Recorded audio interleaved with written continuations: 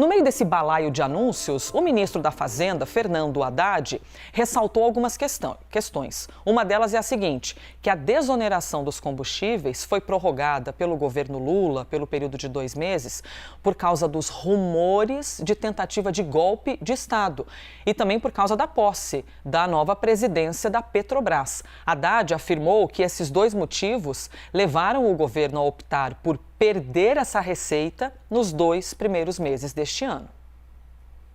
O presidente Lula, na passagem de governo, decidiu prorrogar a desoneração que terminava no dia 31 até 28 de fevereiro. Dentre outras coisas, porque havia rumores em Brasília de uma tentativa de golpe de Estado. E aqueles rumores nos fizeram ter cautela e não estimular,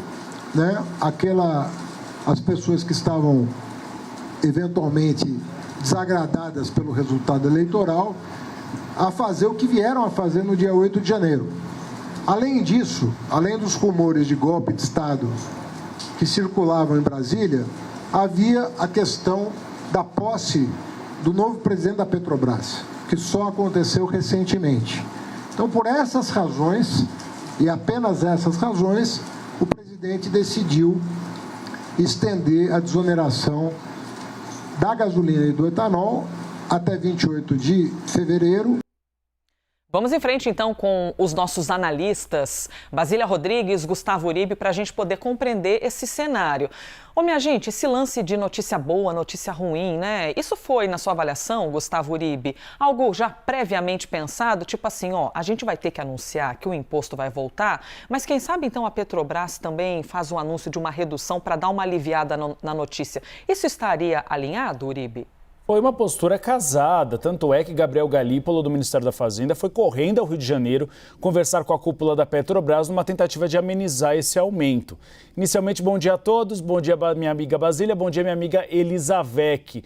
O que nós vemos na fala de Fernando Haddad é uma tentativa de politizar uma justificativa dele ter perdido uma queda de braço. Naquela época ele era contra a continuidade da desoneração, mas a política se impôs. A imagem do governo e de Luiz Inácio Lula da Silva, a imagem política se impôs. Naquela época não havia uma solução para que o aumento não fosse brutal, que você tivesse uma amenização. O que nós vimos agora com essa possibilidade que foi anunciada pela Petrobras de diminuição do preço para amortecer um pouco esse aumento com a volta da oneração. E aí nós tivemos essa narrativa política de Fernando Haddad, mas se a gente for nos bastidores, ele misturou alhos com bugalhos, era uma questão puramente política, não tinha nada a ver com golpe de Estado e isso não iria interferir com nada. O que a gente viu ontem é um aperitivo das mudanças que Luiz Inácio Lula da Silva quer fazer em relação à política de preços da Petrobras. Nesse primeiro momento, então, um aumento aí de 47 centavos para a gasolina, de 2 centavos para o etanol. E aí se criou essa figura muito estranha, que é esse imposto sobre a exportação. Acaba onerando o produtor, e aí é uma anomalia que o Brasil tem. O Brasil é um exportador de petróleo bruto, só que não tem refinarias suficientes e aí compra o petróleo refinado. E aí cabe a discussão se realmente vale continuar naquela política de desinvestimento, ou seja, vendendo as refinarias ou investindo em refinarias em médio e longo prazo para que o país se torne uma espécie de auto-independente em relação ao petróleo internacional. Mas aí houve escândalos de corrupção nas refinarias e aí se mudou muito essa política. Quando eu falo de um aperitivo, é porque a partir de abril você tem o novo Conselho de Administração da Petrobras. E aí a discussão que agora está na criação desse tributo novo e diminuição em relação à desoneração, isso vai para uma discussão mais profunda. Se realmente a política de preços da Petrobras vai continuar baseada no preço do petróleo internacional e no câmbio, no caso o dólar, ou o dólar vai ser mudado pelo real. E mais, se haverá aquele colchão de estabilização. Jean Paul Prats, novo presidente da Petrobras, era o relator dessa proposta no Senado Federal. E aí, Elisa e Basília, é uma série de discussões como esse colchão de estabilização poderia ser municiado, poderia ser financiado. E uma delas passa pelos dividendos e lucros da Petrobras. hoje há reunião do Conselho de Administração da Petrobras com a configuração anterior. E há a possibilidade de distribuição de um montante que pode chegar a 50 bilhões de reais. Já foi de 180 bilhões de reais. Se há uma pauta que une Luiz Inácio Lula da Silva e Jair Bolsonaro, é contra os dividendos e lucros da Petrobras. E vai além. São dividendos que não são tributáveis no imposto de renda. É uma anomalia que existe no país que a reforma tributária vai tentar se debruçar sobre ela. Então, é uma discussão inicialmente de medidas de curto prazo, paliativas. Mudanças de fato teremos a partir de abril, quando o novo Conselho de Administração da Petrobras assumir o seu posto. Aquela reforma tributária que desde quando a Herédia nasceu, ela já ouve falar, aquele assunto, né? Entendi. Aquela nossa esperança que não morre nunca, minha gente. Basília Rodrigues, quando a gente ouviu Fernando Haddad falando, olha, na verdade não foi imposto o retorno, né, do imposto, não voltou logo no começo do ano por motivos políticos e agora finalmente ele expôs quais seriam os motivos políticos. Você imagina, você avalia que o fato dele ter dito isso e falado, foi por um receio de golpe, é porque tinha ali a cerimônia de posse do novo presidente, baixou um pouco a poeira daquele aspecto de ministro da Fazenda que não tem autoridade?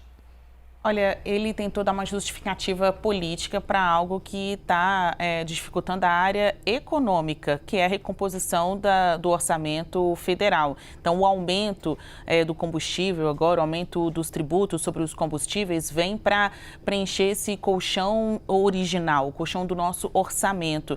A redução lá atrás, determinada pelo ex-presidente Jair Bolsonaro, tinha uma conotação política, uma conotação eleitoral, aconteceu em 2022, ano eleitoral, uma hora também na gestão de Jair Bolsonaro, isso iria acabar, afirmam integrantes da equipe econômica do ex-governo. Agora, o novo governo fez assim porque era de se esperar um retorno desses tributos.